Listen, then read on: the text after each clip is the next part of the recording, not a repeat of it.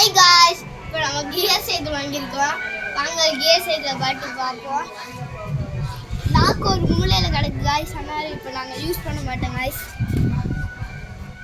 வாங்க guys gear சைக்கிளை பற்றி பார்ப்போம்.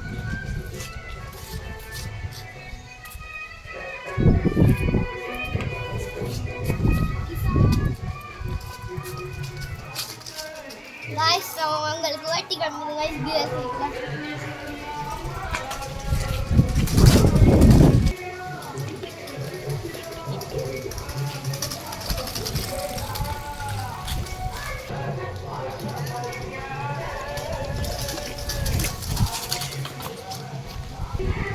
காய்ஸ் எதுக்கு நான் கியர் சைக்கிள் வாங்கினேன்னா, நார்மல் சைக்கிளுக்கு கியர் சைக்கிளுக்கும் ஒன்றுமே இல்லை காய்ஸ். இந்த செயினும் இந்த கியர் தான் காய்ஸ். நார்மல் சைக்கிளே கொஞ்சம் பரவாயில்ல காய்ஸ்.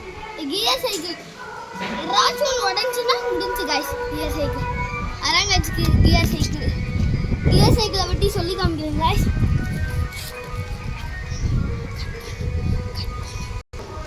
காய்ஸ் இப்போ கியர் சைக்கிள் வந்து போகும்போது கியர் தான் காய்ஸ் பண்ணோம்.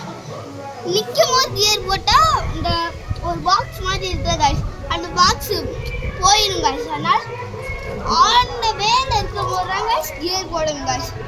முன்னாடி 7 கியர் காய்ஸ், பின்னாடி 3 கியர் சார் காய்ஸ். காய்ஸ் உங்களுக்கு ஸ்மூத்தாக போகணுன்னா நீங்கள் ஃபஸ்ட்டு கியரில் வச்சு இந்த சைடு ஃபஸ்ட்டு கியரில் வச்சு இந்த கைடோட 50 கியர் வச்சாவே ஸ்மூத்தாக போங்க.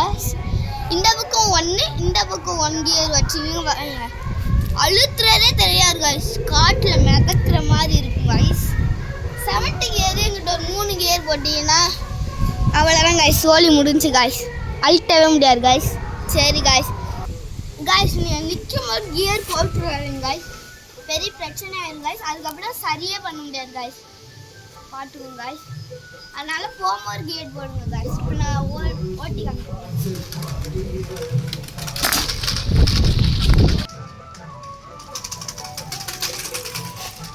கியர் சைக்கிள் வாங்குவீங்களா? போஸ்ட் வாங்குங்க காய்ஸ். சரி காய்ஸ், பாய் காய்ஸ், வரட்டும்.